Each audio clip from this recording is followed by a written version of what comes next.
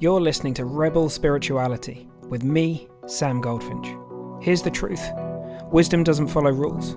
So each week we're going to explore what it means to wake up your way so you can live a more peaceful, creative and inspired life no matter your circumstances. It's time to blaze your unique path to truth.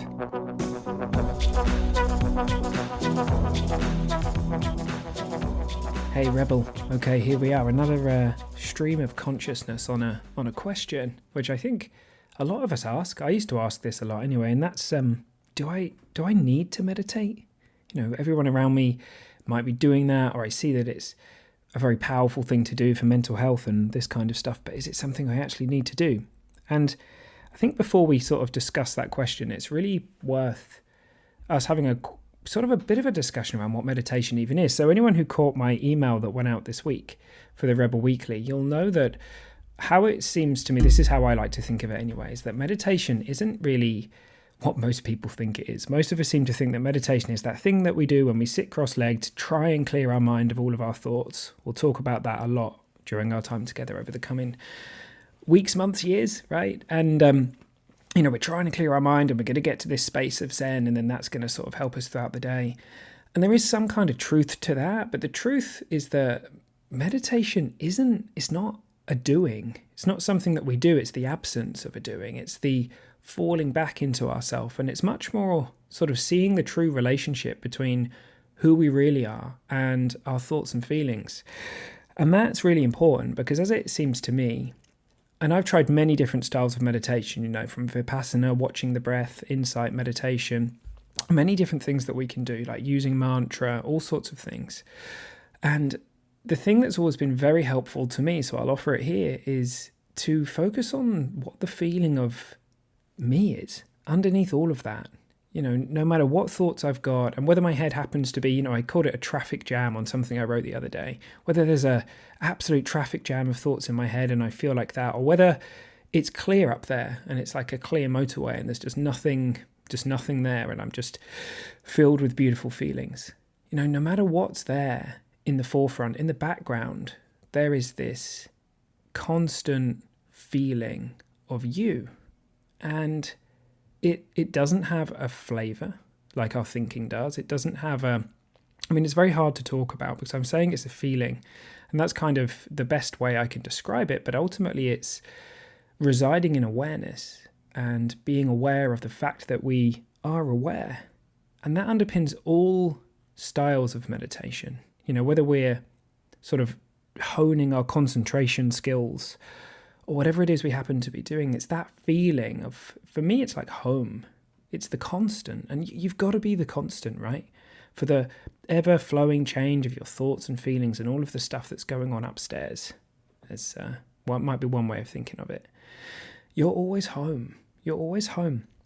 And so in a really beautiful way, meditation isn't a doing. So it can happen. We can fall into a meditative state at anywhere. And yes, it may be on the meditation mat, but it also may be when we're, watching rain hit our bedroom window, or out and about with friends, or in a coffee shop, or on a walk, or listening to music. It can happen at that exact same time as well. And it looks to me that, I'm just going to reflect on my personal experience with sort of formal meditation practice here, is that I was very strict for a long time. I would meditate every single morning for years, for varying lengths of time. Sometimes it would be 10 minutes, 20 minutes, sometimes hours. It would be, and I tried lots of different styles of practice. And at some point for me, it shifted from something that felt sacred and exciting and turned into something that I kind of had to do. And sometimes it felt like a tick in the box. And it's not that, that kind of stuff can be powerful, using ways of getting ourselves into practice or something that can be very powerful. But for me, it became like it lost its kind of sparkle. It lost its magic.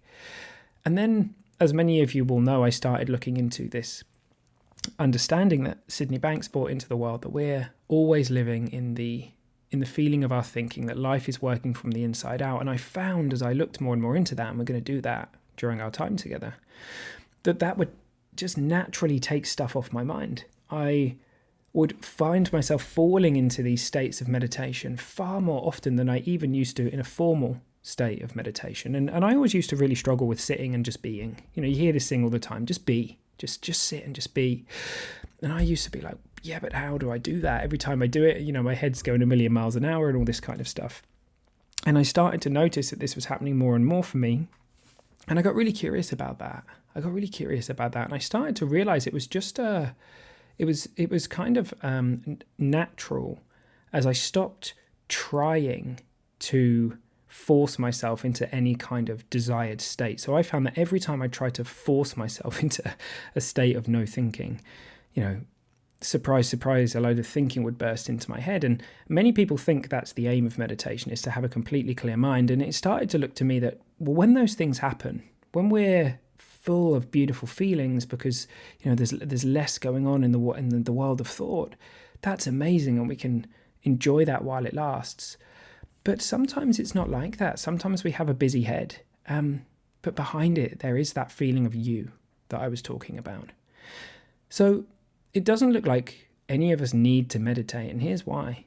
It looks like it's the backdrop of life is you. That's truly what meditation is a recognition of the feeling of who you really are that's always there, and it gets covered up by thinking and having a busy head and that kind of stuff. And something really magical has happened for me over the course of the last year, which is, as I started to see the truth of that, I naturally started just sitting and being. And sometimes I'd find myself in the morning sitting on my meditation mat. Sometimes I'd find myself just walking and find myself in these states of meditation. And so at the deepest level, I guess the reason why we don't need to do it is that it's actually our natural state. And we fall back into that state anytime our thinking starts to kind of naturally slow down. And it's home. As I say, it's actually what we recalibrate back to when we just leave things alone upstairs in our mind.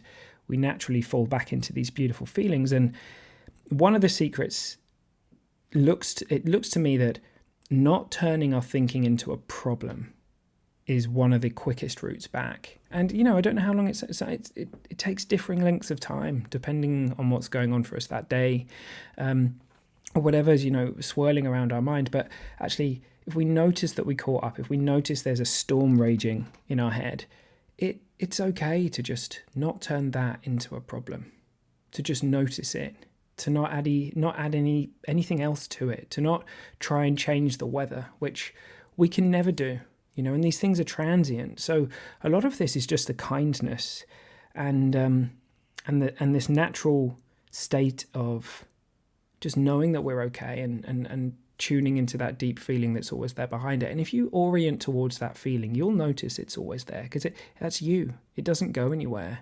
It can't. And as soon as we start to notice that, we find ourselves more naturally, well, in the place where the only place we ever are is the now, but we feel like we're pulled out of it by our thinking. But you can't actually be anywhere else. And that feeling of you, that feeling of awareness, that feeling of nowness is only findable in that place, discoverable in that place. So I guess there's a few different thoughts in there, a few different ideas. But it looks to me that no, we don't need to meditate. But if we're drawn to it, it can be beautiful. But it looks like being excited about being in that place, no matter what's going on in our mind, trusting that we need not do anything and it will just take care of itself. And finding something that works for us that doesn't feel like we're forcing ourselves to do something just seems really amazing. And so yeah, I've kind of pushed myself into it and it didn't work that well, and now I feel like I've really fallen back in love with it again. And but I don't feel like it doesn't feel like I have to. It feels like something that I really want to do. And that looks like the absolute key to me. So, I guess the answer for me to that question, do we need to meditate, is no. But it can be an absolutely beautiful thing. At its core, you are meditation. That recognition of the feeling of who you really are, that's more than enough. And so here's something I'd love for you to sit with. If you are a meditator, Are you still going into your sits or your practice sessions with this feeling of magic, with this feeling of excitement? Because if you're not, if it's become more like a chore, then with just a slight shift in how you see things, a shift towards the truth of it, then there'll be so much more magic in your practice, and that looks really important to me. And if you're someone who perhaps hasn't meditated and you feel like you're missing out, like maybe there's an opportunity for you to try something, but maybe there's many opportunities for you to meditate that don't look like the formal kind of meditation that you've seen out there in the world. So yeah, I think that's a really beautiful thing to reflect on, and I'd love to know what you think. Feel free to ping me an email. I'm also in the process of reflection myself around what we can put together to kind of grow and connect with this community. And it may be something where I offer kind of reflections or meditations, although I don't necessarily think we need to think of it in that way, but a way that we can get together and just hang out in that beautiful recognition of what it is to be alive and just see what we see together. And I'd be very excited about that. So if that is something that appeals to any of you who are listening, feel free to send me an email and let me know. Over the course of the next few weeks and months, we're going to set up some more kind of formal ways for us to be able to hang out and go on this journey together. And so with that said, I hope you have the most amazing week, and I'll talk to you all soon. Next week, in fact.